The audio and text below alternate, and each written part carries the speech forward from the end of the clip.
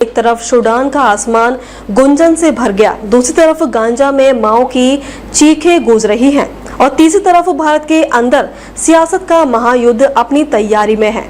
ये है वो दुनिया जहां इंसानियत के नाम पर सियासत होती है और सियासत के नाम पर खून बहा दिया जाता है। आज हम लेकर आए हैं दुनिया की सबसे बड़ी खास रिपोर्ट, एक ऐसी रिपोर्ट जहां बात होगी जुल्म की, जंग की और इंसाफ के इंतजार की। मैं हूं शालिनी और आप देख रहे हैं न्यूज नेटवर्क, सच जिसकी जान है। तो चलिए शुरू करते हैं आज की सबसे खास रिपोर्ट। सूडान से गांजा तक और बिहार तक, एक तरफ इंसानियत के दर्द का और सियासत के रंग। सूडान, जंग, मौत और मौनता। सूडान अफ्रीका का वो मुल्क है जहां अब तक 13,000 से ज्यादा लोग अपनी जान गंवा चुके हैं और 1 करोड़ से ज्यादा लोग अपने घर छोड़कर भटक रहे हैं।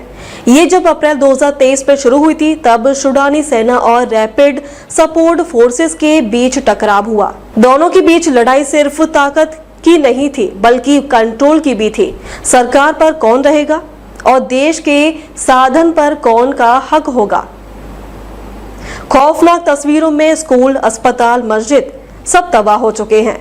ह्यूमन राइट्स वॉच के मुताबिक खातूनों और बच्चों के साथ जुल्म की कहानियां हर रोज सामने आ रही हैं। सूडान की राजधानी खार्तूम अब एक खंडर में बदल चुका है। जहां पहले बाजार की रोशनी होती थी, अब वहां गोलियों की गूंज सुनाई देती है। कौन कर रहा है सपोर्ट? RSF को कई अरब देशों से गैर रस्मी मदद मिल रही है, जबकि सेना को मिस्र और कुछ पश्चिमी समर्थन मिल रहा है। लेकिन दुनिया के बड़े मुल्क इस जंग पर चुप हैं, जैसे सूडान के लोग किसी और दुनिया के इंसान ही ना हो। सोचिए, एक देश जहां पानी और रोटी सबसे बड़ी दौलत बन गई है। ये जंग सिर्फ तलवारों की नहीं, सियासत और संसाधनों पर नियंत्रण की जंग है। गांजा, एक कफन में दुनिया की इंसानियत। गांजा में हालात अब भी खौफनाक है। 7 अक्टूबर 2023 के बाद से जब इजराइल और हमास के बीच जंग भड़की, तब से अब तक 41,000 से ज्यादा लोग मारे जा चुके हैं, जिसमें 70% महिलाएं और बच्चे हैं। संयुक्त राष्ट्र ने कहा कि गांजा अब दुनिया का सबसे बड़ा खुला कैद खाना बन चुका है। हर घंटे बमबार कर रहे हैं और हर दिन अस्पताल टूट रहे हैं और हर शाम माओ के आंखों में आंसू भरे हुए हैं। हमास को ईरान और कुछ मध्यम पूर्वी समूहों का समर्थन मिल रहा है, जबकि इजराइल को अमेरिका और यूरोप का। लेकिन दुनिया की इंसाफ की कुर्सी अब भी चुप है। गांजा में मासूम बच्चे जब कैमरे के सामने रोते हैं तो दुनिया स्क्रॉल करके निकल जाती है। क्या हम इंसान अब भी इंसानियत के लायक हैं? भारत, एक देश और 3 चुनौतियां।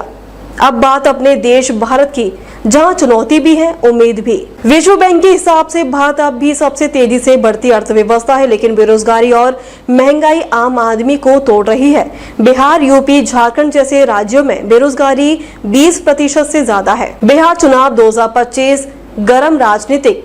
बिहार, जहां सियासत एक जज्बा है, जब एक बिहार में चुनाव की घड़ी बज चुकी है। हर पार्टी अपने वोट बैंक के लिए दांव लगा रही है।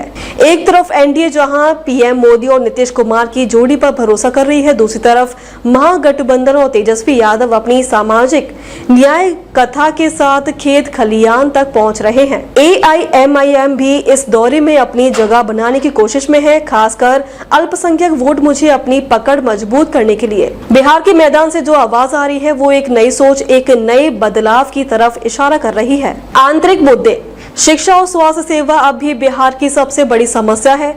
स्कूल में शिक्षक नहीं, अस्पताल में दवा नहीं, लेकिन नेताओं के पोस्टर हर कोने में चिपके हुए हैं।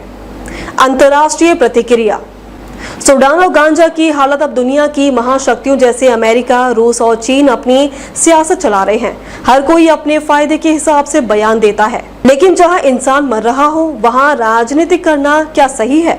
वाद विवाद खंड, दुनिया चुप क्यों है? तो सवाल ये कि क्या हम एक ऐसे युग में जी रहे हैं जहां इंसान सिर्फ हेडलाइन बन गई है?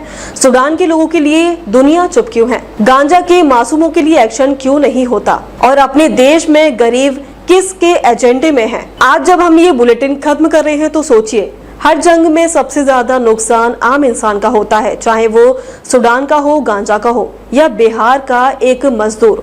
इंसानियत का मतलब सिर्फ एक जज्बा नहीं, एक जिम्मेदारी है, और जब तक दुनिया इस जिम्मेदारी को समझेगी नहीं, जंग बंद नहीं होगी। मैं हूँ शालिनी और आप देख रहे थे न्यूज नेटवर्क, सच जिसमें जान है। अब तक के लिए बस इतना ही, फिर होगी आपसे मुलाकात। तब तक के लिए नमस्कार और देखते रहिए न्यूज नेटवर्क।